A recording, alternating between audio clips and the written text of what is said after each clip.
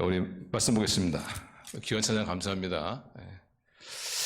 자, 창세기 오늘 32장인데 전체가 한 말씀이지만 부분만 읽도록 하겠습니다. 창세기 32장 1절에서 12절 말씀까지만 교독하기로 하겠습니다.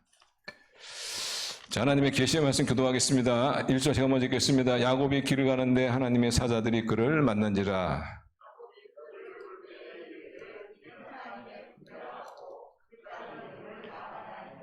야곱이 세일 땅 에돔 들에 있는 형 에서에게로 자기보다 앞서 사람들을 보내매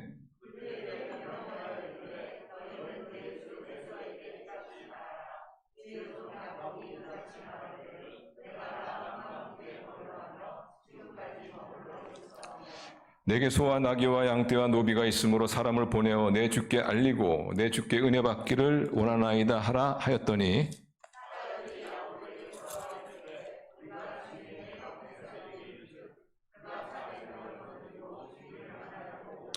야곱이 심히 두렵고 답답하여 자기와 함께한 동행자와 양과 소와 낙타를 두 떼로 나누고 야곱이 또 이르되 내 조부 아브라함의 하나님 내 아버지 이삭의 하나님 여호와여 주께서 전에 내게 명하시기를 내 고향 내 족속에게로 돌아가라 내가 내게 은혜를 베풀리라 하셨나이다.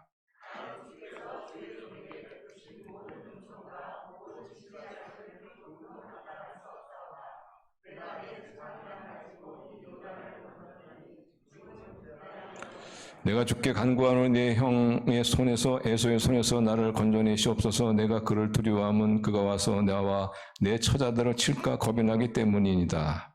주께서 말씀하시기를 내가 반드시 내게 은혜를 베풀어 내 씨로 바다에 셀 수 없는 모래와 같이 많게 하리라 하셨나이다. 아멘.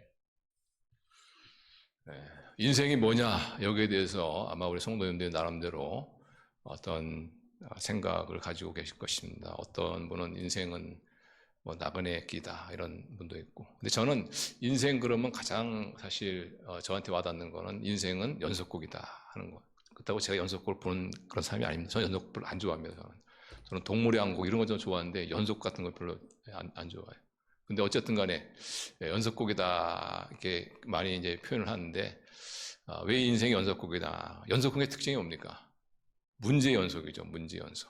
여러분 문제 없는 연속곡 상상해 보셨습니까? 얼마나 재미가 없어요. 네, 어떤 문제가 딱 뭔가 발각되지 말고 거기에 발각 딱 됐을 때 딱 끊어지잖아요. 그때. 그럼 얼마나 그 다음에가 막 기대가 됩니까? 어떻게 했을까 하면서 막. 그래서 이게 왜 인생을 연속곡을 하는지 그것은 꼭 우리의 인생이 연속곡 같기 때문에 그렇습니다. 이 문제 연속. 한 문제가 끝나고 나면은 또 다른 문제가 생기고. 좀 이 문제가 지나갔다면 또 다른 문제가 또 다가오고 말이죠. 이 산을 넘어나면 또 다른 산이 또 기다리고 있고 한 강을 건너면 또 다른 강이 기다리고 있고 이거 뭐 끝이 없습니다. 끝이 없어요. 언제 끝납니까 이게? 예. 이 땅을 떠나면 끝나죠. 이 땅을 떠나면. 왜 이렇게 인생인 문제 연속이냐? 예수님께서 그 답을 주셨어요. 뭐라고 말씀하시냐면은 왜 인생이 이렇게 문제 연속이냐면은 이 세상은 사단에게 속했기 때문이다. 죄와 어둠에 속했기 때문에. 그렇기 때문에 이 세상에는 문제가 생기지 않을 수가 없는 겁니다. 오히려 문제가 없다는 게 이상한 것이죠. 사단의 지배를 받고 있고 죄에 속해 있는 인생, 이런 세상이기 때문에 우리도 역시 마찬가지로 이 세상에 살고 있기 때문에 우리 모두 사실 예수님의 이름으로 다 구원받은 하나님의 백성일지 모르지만은 그러나 우리의 실상은 죄로 오염된 인격을 가진 사람들입니다. 모든 사람들은 다 죄로 오염된 인격을 가지고 있어요. 그 죄로 오염된 인격을 가진 사람들과 부딪히며 살려니까 거기에 당연히 문제가 발생할 수밖에 없는 거죠. 문제가 있을 수밖에 없는 것이죠. 그래서 우리가 인생을 좀 여유 있게 살려면은 인생이란 이렇게 문제 연속이구나. 죄로 오염된 인격을 가진 사람들과 같이 어울려 살려고 하니까 문제가 생기지 않을 수가 없는 거구나. 이런 좀 생각을 우리가 바로 가지고 있을 때 좀 인생을 좀 여유 있게 좀 대할 수가 있어요. 그렇지 않으면은 막 어려움이 생기면은 왜 나에게만 이런 어려움이 본인한테 뭐 그런 어려움이 있겠어요. 다 그런 어려움이 있는 것이죠.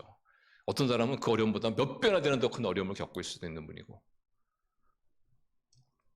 이렇게 알 때 우리가 어려움을 겪어도 뭐 그러니 우리가 좀 나를 힘들게 하는 사람 만나도 뭐 그런 사람도 있고 또 나도 유쾌하게 하는 사람도 있고 다 그런 것이지. 이렇게 좀 인생을 좀 여유 있게 좀 이렇게 대할 수가 있습니다. 느긋하게 좀 이렇게 대할 수가 있어요. 우리 교회에서도 그렇습니다. 교회도 오면 참 착하고 충성스럽게 이렇게 또 하시는 분이 있는가 하면은 또 어떤 분은 일을 시작했다가 기분 좋으면 또 열심히 하고 기분 나쁘면 안 하고 또 어떤 분은 또 하다가 또 그만두고 뭐 괜찮습니다. 뭐 다 똑같으면 못하겠어요. 다 똑같으면. 전부 다 착하고 충성적이면 어떻게 해요? 큰일 나죠, 그러면. 완전히 군대가 돼버리는 거죠, 군대가. 그러니까 이런 사람도 있고 저런 사람도 있고 다 뭐 각자의 어떤 그런 기지라든가 뭐 그런 것이죠. 뭐. 그래서 우리가 어떤 곳에 살고 있는가 이거 알아야 되겠죠. 알고 해야 되겠고, 죄로 오염된 인격을 가진 그런 자들과 더불어 살아가는 것이 바로 인생이구나. 그러니까 문제가 생기지 않을 수 없고, 이 문제가 끝났다고 완전히 문제가 끝난 것도 아니고 또 다른 문제가 생기는 거. 그래서 내 인생에 뭔가 또 다른 문제가 생겨도 뭐 그러려니 하나님께서 또 여기 뭐 좋은 뜻이 있겠지. 이렇게 좀 인생을 느긋하게 좀 여유 있게 좀 이렇게 우리가 바라봐야 됩니다. 오늘 본문에 오시면 야곱이 그렇지 않습니까? 전 야곱을 대할 때마다 이 사람이 정말 인생의 표범이다라는 걸 느낍니다. 야곱은 삶을 이렇게 보면은 문제의 연속이죠. 문제 연속. 우리가 지난주에 살폈지만 지난주에 어떤 일이 있었습니까? 지난주에 외삼촌 라반이 그 야곱을 쫓아오잖아요. 그때 얼마나 막 야곱이 막 두려웠습니까? 그 문제가 어떻게 잘 해결됐는데 오늘 또 문제가 기다리고 있죠. 어떤 문제입니까? 더 큰 문제, 더 큰 문제. 어떤 문제냐면은 형 에서죠, 형 에서. 이제 고향으로 돌아가는데 고향에는 누가 기다리고 있냐? 형 에서가 기다리고 있습니다. 그것도 야곱을 탁 뜨겁게 환영하는 것이 아니라 훨씬 기회만 있으면 야곱을 죽이려고 하고 자기의 장자권을 팥죽한 것에 속여 팔아먹은 뺏어간 그 야곱을 철친부신 기다리고 있지 않습니까? 나타나게만 해봐라. 내가 요절을 해버리겠다. 그래서 이런 위기 가운데 지금 있는 거예요. 지금 야곱이 더 큰 위기 가운데 있는 거예요. 지난주에 살폈던 위기는 게임도 안 돼요. 오늘이 대하는 이 위기는 정말 자기 목만이 날아갈 뿐 아니라 자기가 가지고 있는 모든 재물을 다 뺏길 수 있고, 그리고 심지어는 자기의 가족만, 목까지 다 날아갈 수 있는 큰 위기를 만나죠. 그래서 이 야곱이 이런 위기를 모면하려고 이제 나름대로 이제 수를 쓰죠. 그것이 오늘 본문 보시면은, 자, 어떻게 하나 한번 보세요. 자, 3절 보시면 된다. 야곱이 세일 땅 에돔 들에 있는 형 에서에게로 자기보다 앞서 사자들을 보내며 그들에게 명하여 이르되 너희는 내 주 에서에게 이같이 말하라. 주의 종 야곱이 이같이 말하기를 내가 라반과 함께 거류하며 지금까지 머물러 있었음. 내가 지금 그동안 어디에 있었고 어떤 일을 해갖고 이런 것들을 미리 사람을 보내서 에서에게 말을 넣죠. 나는 지금 하란에 삼촌이 있었고 그리고 큰 내 부자가 됐다. 그러니까 형 에서의 내 도움을 나는 조금 더 필요하지 않다. 이런 것들을 미리 사람을 보내서 말을 넣는 것을, 그렇게 해서 위기를 모면하려고 하는 것을 볼 수가 있습니다. 이렇게 하면서 또 그렇게 했는데, 자, 근데 돌아온 답변이 뭐냐? 6절 보시면, 6절 같이 읽어요. 시작. 사자들이 야곱에게 돌아와 이르되 우리가 주인의 형 에서에게 이른즉 그가 400명을 거느리고 주인을 만나려고 오도이다.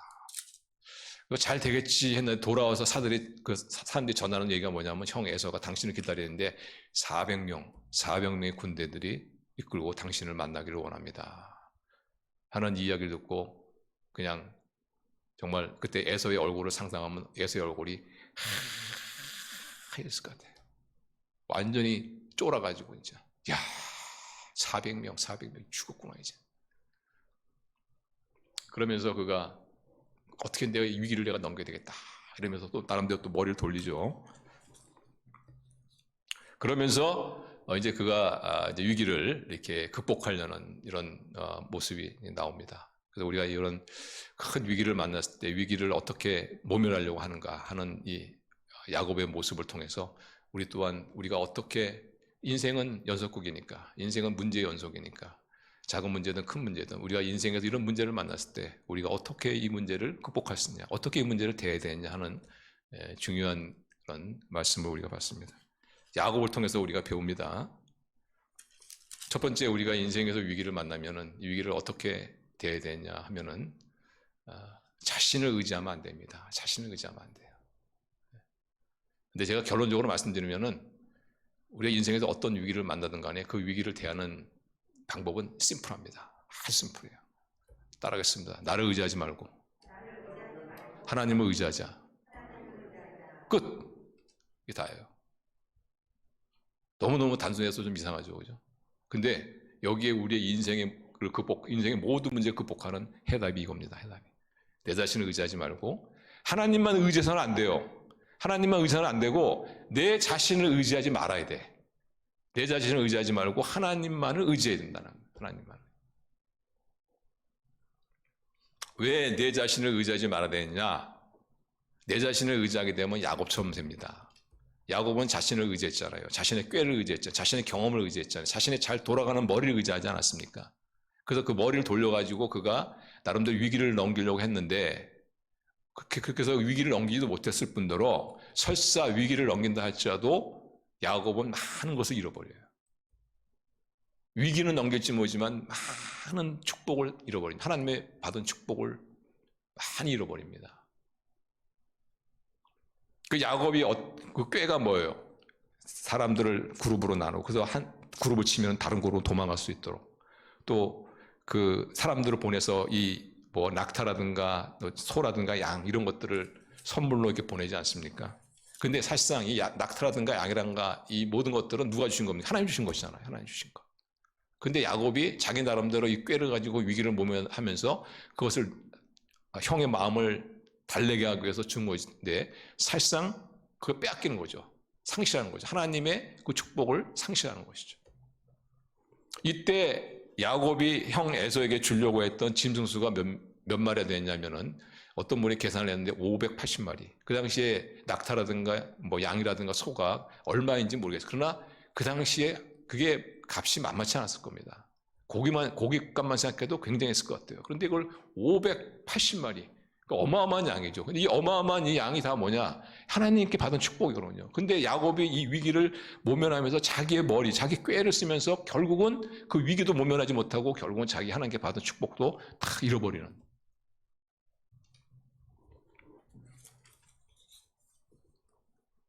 그리고 심지어 더 심각한 문제는 뭐냐면요. 단순히 가축만 잃어버리는 것이 아니고 하나님께 받은 장자권마저도 상실하는 그런 영적인 축복도 잃어버리는 뻔한 거죠. 잃어버릴 뻔한 거죠. 형 에서의 그 장자권을 빼앗기 위해서 속여가지고 빼앗은 그 장자권을 야곱은 여기서 위기 앞에서 그 위기를 나름대로 극복하기 위해서 위기를 나름대로 넘어서기 위해서 이 장자권을 포기하는 이런 모습이 나옵니다. 그게 4절에 나오죠. 4절. 자, 지금 야곱이 에서를 뭐라고 부르나 잘 보세요. 여러분 장자권이 뭐냐면 장자권은 단순하게 부모님의 유산의 2배를 낳는다 이 정도가 아닙니다. 장자권은 뭐냐면 장자권을 가지고 있는 사람이 섬김을 받을 것이다. 그러니까 다시 말하면 장자권을 가진 사람이 주인이다 이런 뜻입니다. 주인이다. 그것을 어떻게 할 수 있냐면은 아버지 에서, 아버지 이삭이 물론 형 에서인지를 모르고서 그 야곱을 축복했지만 축복하는 거 기도해 보면은 이 장자권의 내용을 우리가 엿볼 수가 있습니다. 자, 창세기 20장 29절 보세요. 같이 창세기 27장 29절.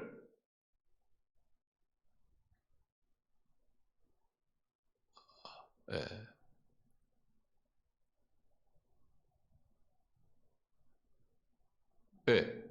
예. 자, 우리 같이 읽습니다. 시작. 만민이 너를 섬기고 열국이 내게 굴복하리니 내가 형제들의 주가 되고 내 어머니와 아들들이 내게 굴복하며 너를 저주한 자는 저주를 받고 너를 축복한 자는 복을 받기를 원하니. 보세요. 장자권의 내용이 뭡니까? 너를 섬기고 열국이 내게 굴복하리니 내가 형제들의 주가 되리라. 근데 지금 이 4장에서 4절, 오늘 본문 4절에서 보시면은 야곱이 자기가 받은 이 장자권, 이 영적인 축복을 포기하는, 상실하는 그런 호칭을 에서에게 지금 하고 있지 않습니까? 4절 보시면 그들이 명령하여 이르되 너희가 내 주 에서에게 이같이 말하라.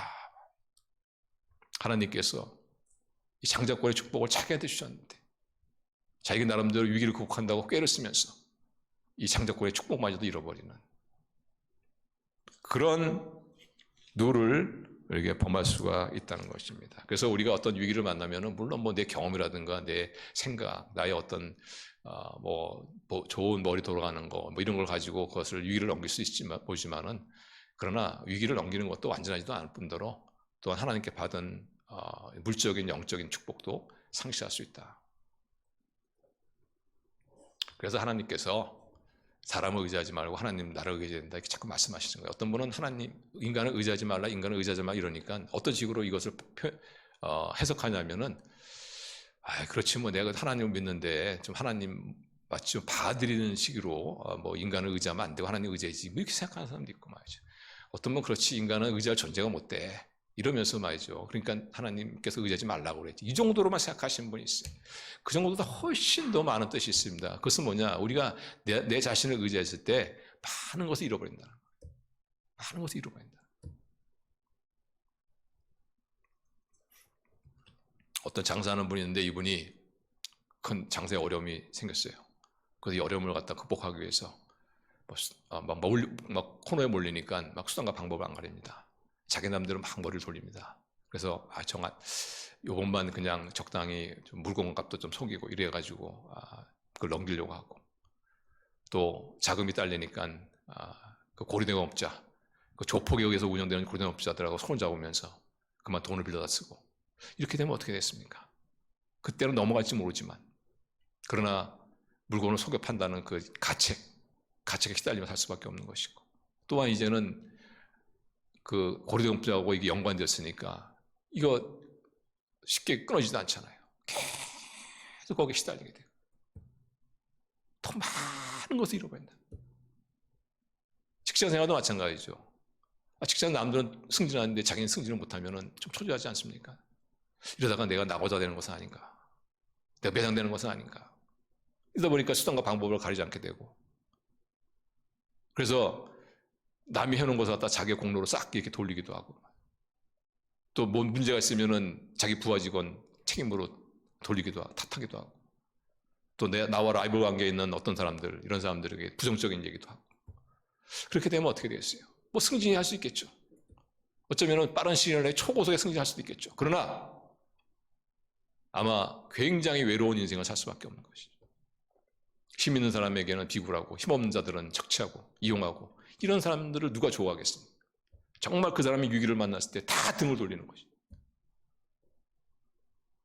그래서 우리가 정말 위기를 만났을 때 자꾸 이게 나의 어떤 그런 경험들 이런 것들 나의 어떤 중심적인 그런 욕구들 이런 것들을 따르다 보면은 더 많은 것을 잃는다. 더 많은 것. 그래서 자꾸 하나님께서 말씀하시기를 너 자신을 의지하면 안 된다. 너 자신을 의지하면 안 된다.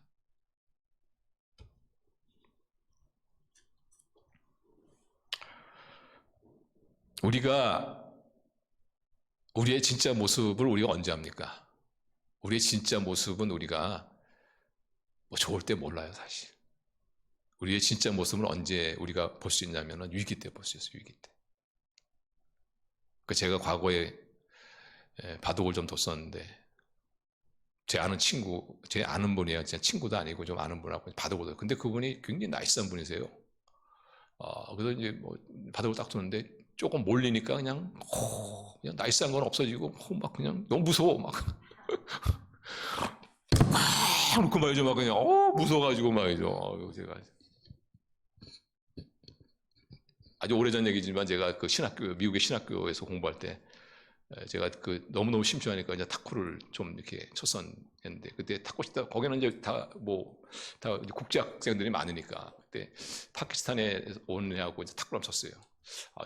약간 좀 무섭긴 하지만 쳤는데 이 친구는 막 몰리니까 막 지니까 정말 막 성질을 내더라고 막 라켓을 던지더라고 막 그냥 막 너무너무 무서워가지고 말이죠.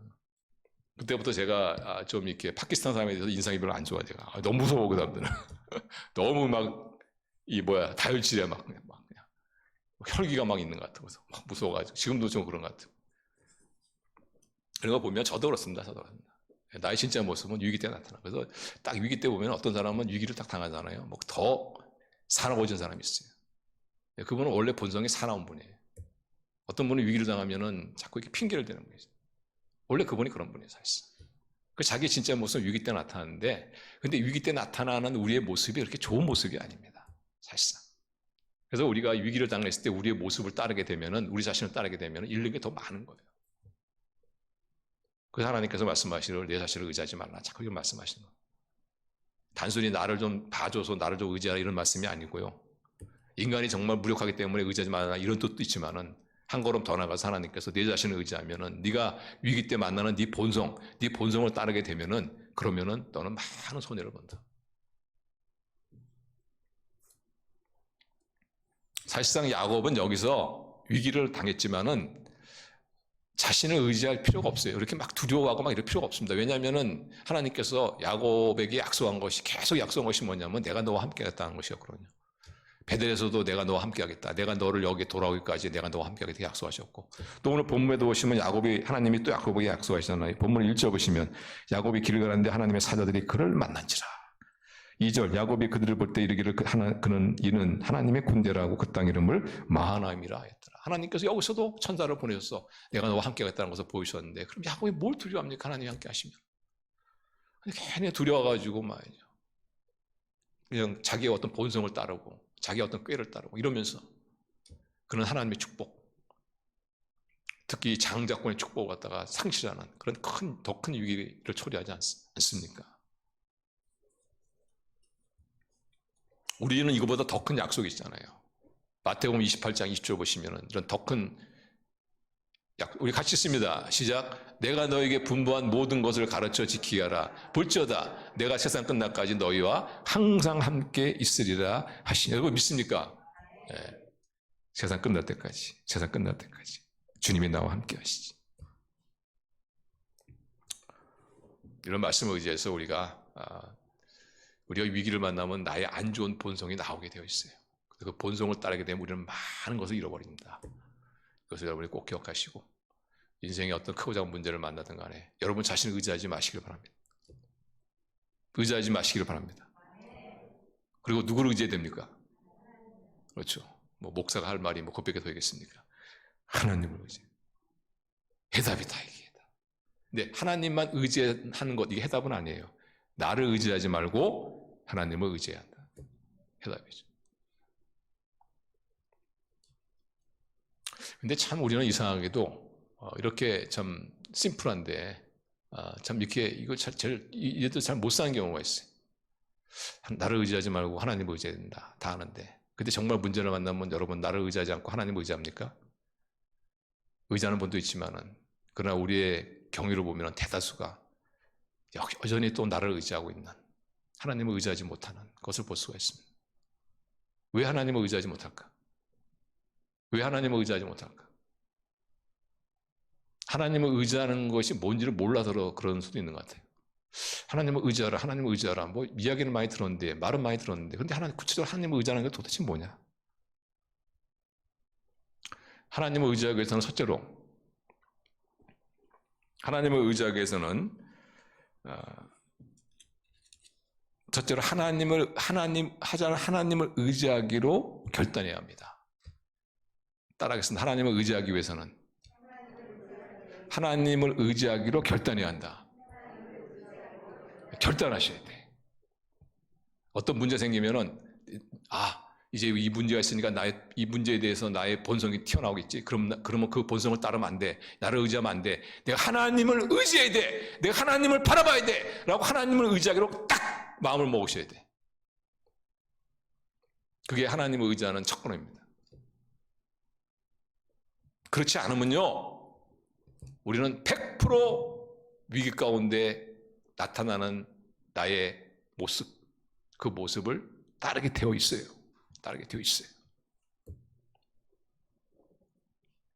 어떤 분 가운데 참 청년인데, 크리스천 청년인데 조그만 이 사업을 하는데 사업이 그 계약이 마지막 때가 되면 자꾸 이렇게 깨지는 거예요.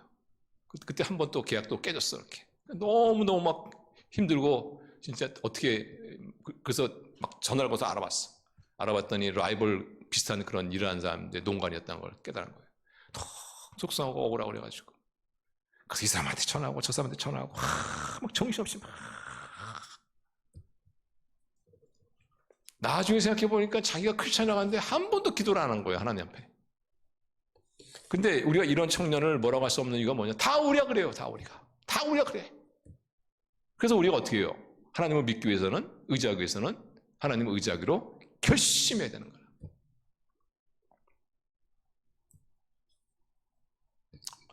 내가 뭘 하려고 하는 것을 딱 멈추고 시선을 하나님께 돌리고 제가 하나님을 의지합니다. 이게 하나님을 의지하기 위한 첫 번째. 그 다음에 하나님께 시선을 그 다음에 어떻게 합니까? 그 다음에 하나님을 의지하기 위해서는 그 다음에 기도하는 것이죠. 기도하는 거예요. 야곱은 아주 얄싹바는 그런 사람이지만 또한 야곱은 또 하나님을 의지한 사람이에요. 그래서 야곱의 삶을 보시면은 자기 나름대로 막 이렇게 또 방법을 하지만은 그러나 보면은 또 하나님께 기도합니다. 그래서 오늘 본문에도 보시면 야곱이 이 상황 속에서 하나님께 기도하죠. 근데 야곱이 기도하는데 이 야곱의 기도를 우리가 자세히 살펴볼 필요가 있어요. 그래서 야곱의 이 한 기도를 갖다 여러분이 위기 가운데 있을 때 그대로 하면 돼. 그대로. 그러니까 위기에서 드리는 아주 좋은 기도가 바로 야곱의 기도입니다. 그래서 야곱이 한 기도대로 이렇게 기도하게 되면은 내가 가지고 있던 위기감, 두려움 이런 것들이 거의 없어져요. 없어지면서 반대로 하나님에 대한 어떤 기대, 하나님의 역사에 대한 기대를 가지고 그런 소망을 가질 수가 있어요. 그래서 야곱이 그 위기를 닥쳤을 때 어떻게 기도했느냐 하면 첫째로 우리는 어떻게 위기 가운데 기도해야 되느냐. 첫째로 보면은 하나님의 성품을 묵상한다. 하나님의 성품을 묵상한다. 굉장히 중요합니다. 사실상. 그래서 9절 보시면 야곱이 기도를 시작하는데 어떻게 하냐면 하나님의 성품을 묵상하죠. 32장 9절 보시면, 자 9절 우리 같이 씁니다. 시작. 야곱이 또 이르되 내 조부 아브라함의 하나님 내 아버지 이삭의 하나님 여호와여 주께서 전에 내게 명하시기를 내 고향 내 족속에게로 돌아가라 내가 내게 은혜를 베풀리라 하셨나이다. 내 조부 아브라함의 하나님 이삭의 하나님 다 뭡니까? 하나님의 성품을 묵상하는 거죠. 하나님의 성품을 묵상하는 거예요. 우리가 여러분 하나님께 기도할 때 하나님의 성품을 먼저 묵상하잖아요. 그럼 하나님 이런 분이시구나. 그런 하나님에 대한 그 묵상을 통해서 내가 지금 느끼고 있는 어떤 두려움과 위기감이 많이 내려갑니다. 많이 다운돼요. 많이 다운된다. 나와 영원히 함께 하시다고 하는 전지하신 하나님, 전능하신 하나님, 나의 앉고 서심을 하시고 나하고 들어가심을 하시는 하나님, 나의 작은 신음소리도 다 들으시는 하나님, 세상 끝날까지 나와 함께 하겠다고 약속하신 그 하나님, 환난과 어려움을 당했냐 구하라, 내가 부르짖으라, 내가 도와주시라 하신 그 하나님, 하나님의 성품, 도우신 자녀를 돕고 싶어, 너무너무 돕고 싶어 하시는 그런 구원의 하나님, 하나님의 성품을 묵상하는 거예요. 요것만 잘하셔도요, 요것만 잘해도 내가 지금 가지고 있는 두려움과 염려, 불안 이런 것들이 많이 없어집니다. 많이 없어집니다. 우리 경험하신 분 아멘 해보세요. 네, 다 경험하셨네요. 경험하지 않는 것처럼 이렇게 보이셔가지고. 네.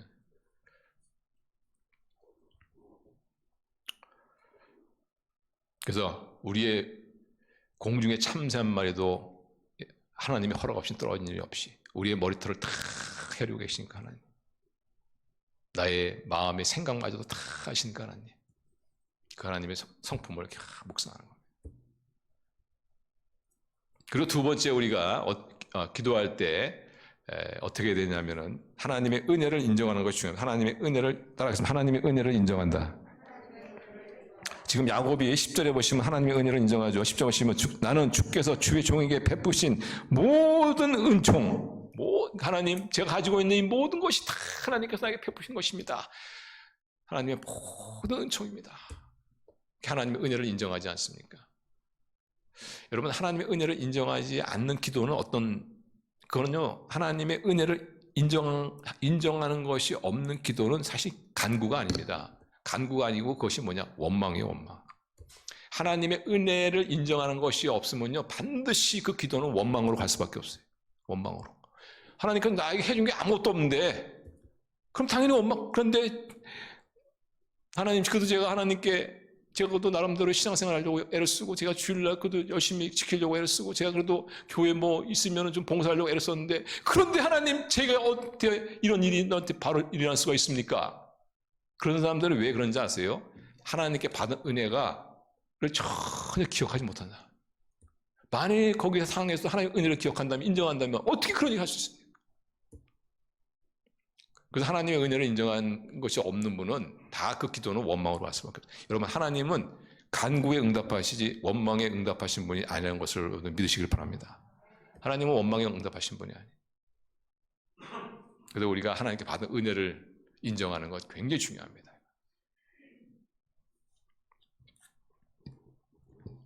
심지어 여러분이 제가 이렇게 어려움이 있어도요, 제가 그동안 하나님께 받은 은혜 생각하면 이건 사실상 아무것도 아닙니다.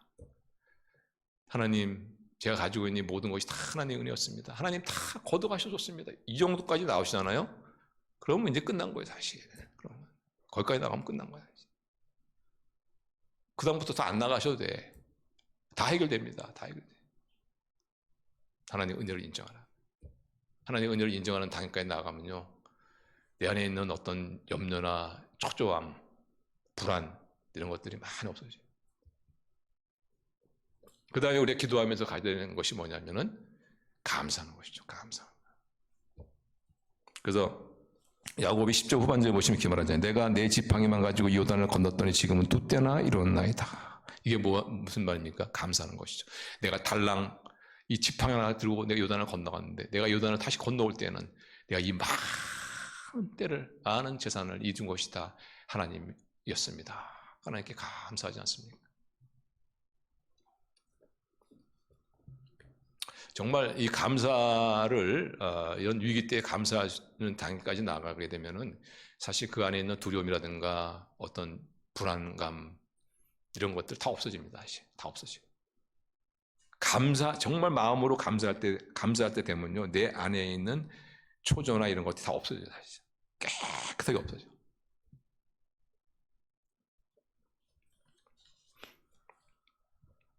그래서 이 감사하는 것이 대단히 중요합니다. 감사하는 것이 대단히 중요하고, 감사는 제가 한번 말씀드렸지만 감사는 믿음의 최고의 표현입니다.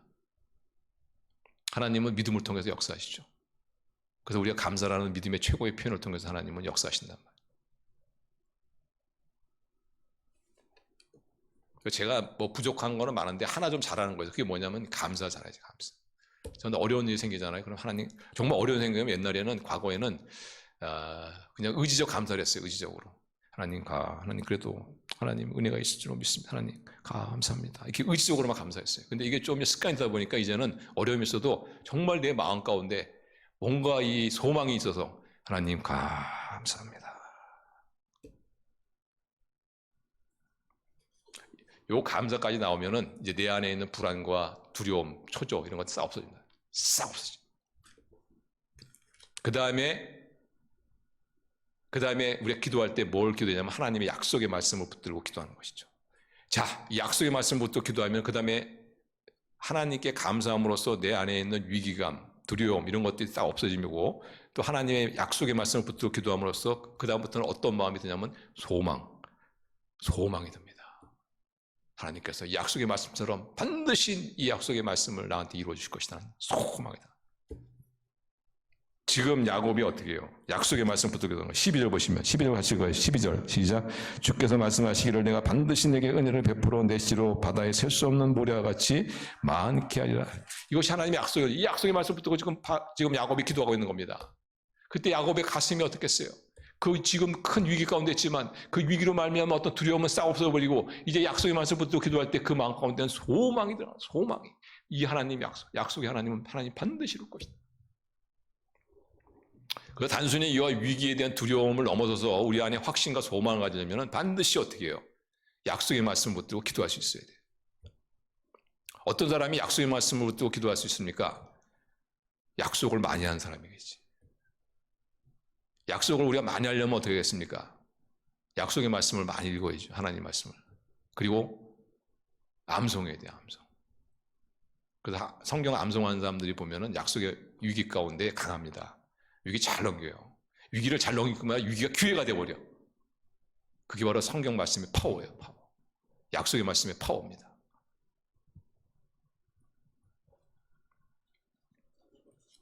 여러분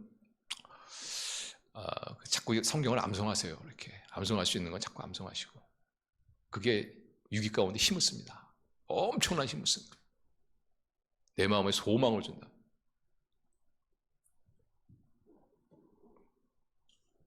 우리가 이렇게 암송해 놓잖아요. 그럼 나중에 그 상황 가운데 딱 적절한 그 하나님 말씀을 성령님께서 딱 기억나게 하셔요. 이렇게 딱.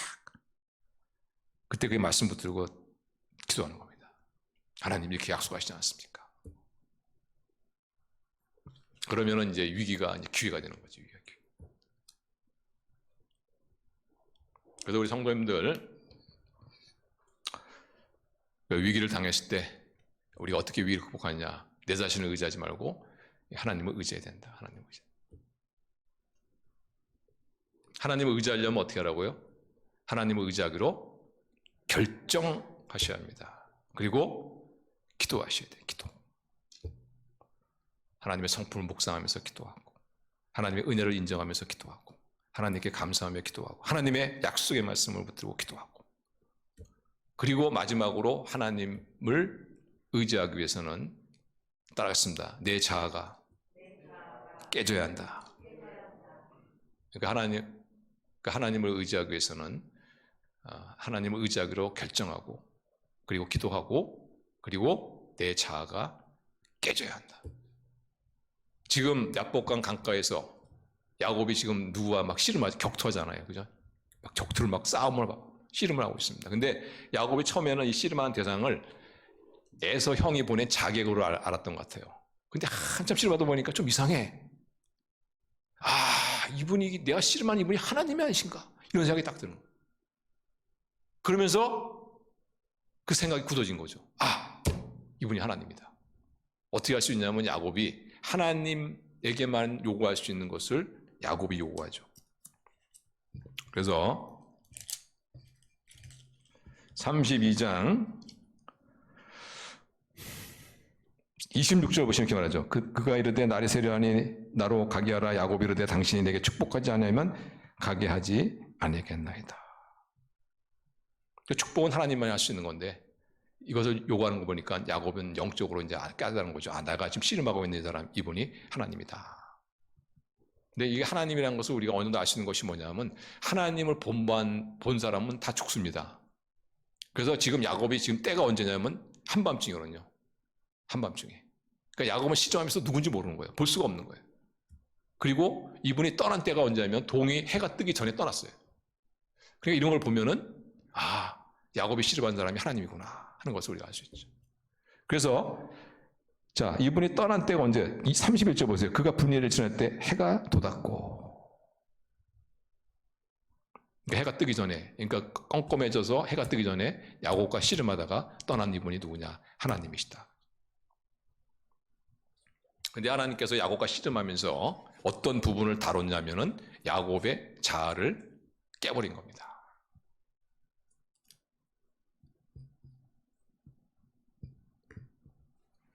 그래서 그 신체적으로는 뭐죠? 신체적으로는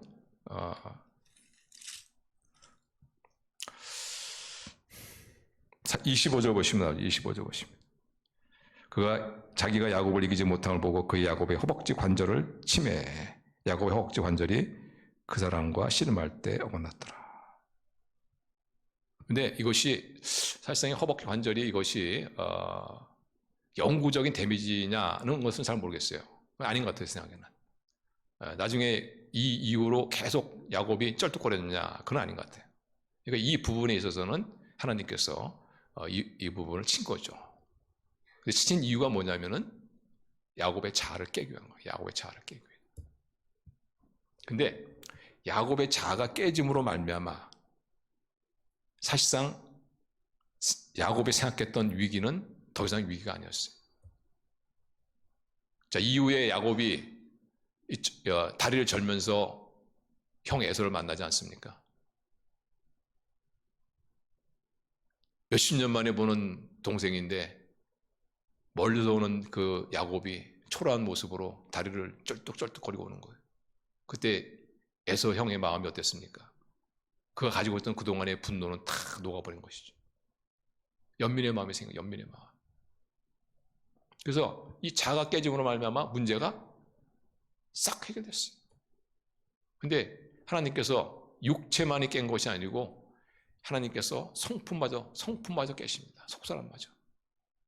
어떻게 깨시냐면 이름을 부르죠. 하나님께서 야곱의 이름, 내 이름이 무엇이냐? 하나님께서 야곱의 이름을 몰라서 뭐 야곱의 이름을 묻습니까? 내 이름이 무엇이냐? 지금 하나님께서 야곱의 자아를 깨는 거예요. 그때 야곱이 뭐라고 대답합니까? 예, 제가 야곱입니다. 제가 형 에서의 팥주먹을 해서 속에서 장자권을 뺏은 바로 야곱입니다. 눈이 어두운 아버지 이삭을 속에서 장자권을 빼앗은 야곱입니다. 자신을 고백하는 거예요. 회개하는 겁니다. 회개하는 거예요. 그리고 나서 하나님께서 어떻게 해요? 야곱을 축복하지 않습니까? 너는 더 이상 야곱이 아니다. 너는 이스라엘이다.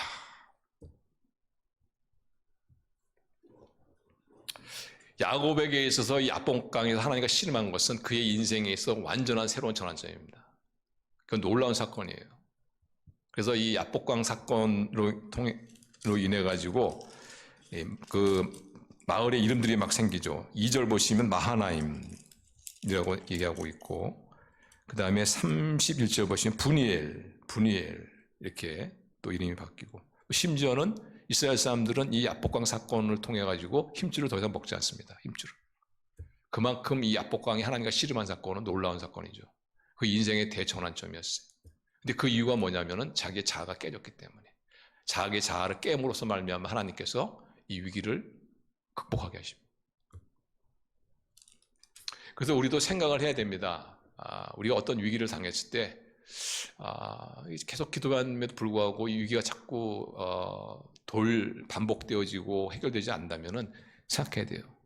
하나님께서 나와 지금 씨름하고 있는 것이 아닌가, 하나님께서 지금 나와 싸움을 걸고 있는 것이 아닌가, 하나님께서 내게 뭔가 다뤄야 될 그런 부분이 있기 때문에 그 부분을 내가 다루는 것이 아니냐.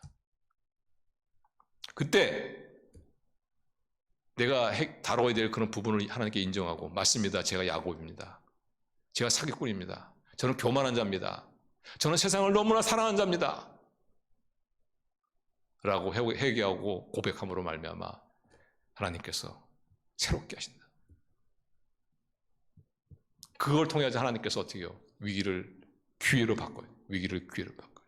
그래서 나중에 이 형 에서의 위기가 어떻게 되었습니까? 나중에 형 에서가 오히려 그 야곱의 가족들을 보호해주는 역할을 합니다. 보호해주는 역할. 천군만마를 얻는 거, 천군만마를 얻는 거. 이거 한 잔 마시고, 이게 제가 마신다고 했는데 안 마시면 또.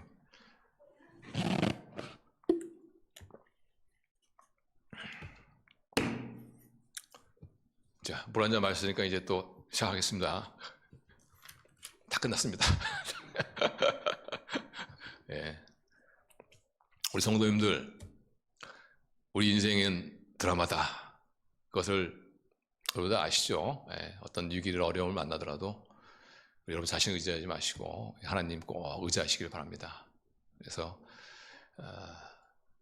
하나님을 의지하기로 다 결정하시고 기도하시고, 또 하나님께서 특히 이 사건을 통해서, 위기를 통해서 나의 어떤 부분을 다루시려고 원하신 것이 아니냐 하는 이런 것들도 한번 영적으로 이렇게 좀 잘 이렇게 판단하셔가지고, 그런 부분이면 그거 다루시면 다 끝나요. 딱 싹 해결돼요. 싹 해결돼요. 그래서 위기 이런 것들을 통해 가지고 우리를 더 아름다운 사람으로 만들어 가시고, 위기 이런 걸 통해서 우리를 더 강한 사람, 더 믿음의 사람으로 만들어 가시고, 또 우리 부유한 사람으로 만들어 가시는 그런 하나님의 은혜를 체험하시는 저와 여러분 되시기를 주님의 이름으로 축원합니다. 기도하시겠습니다.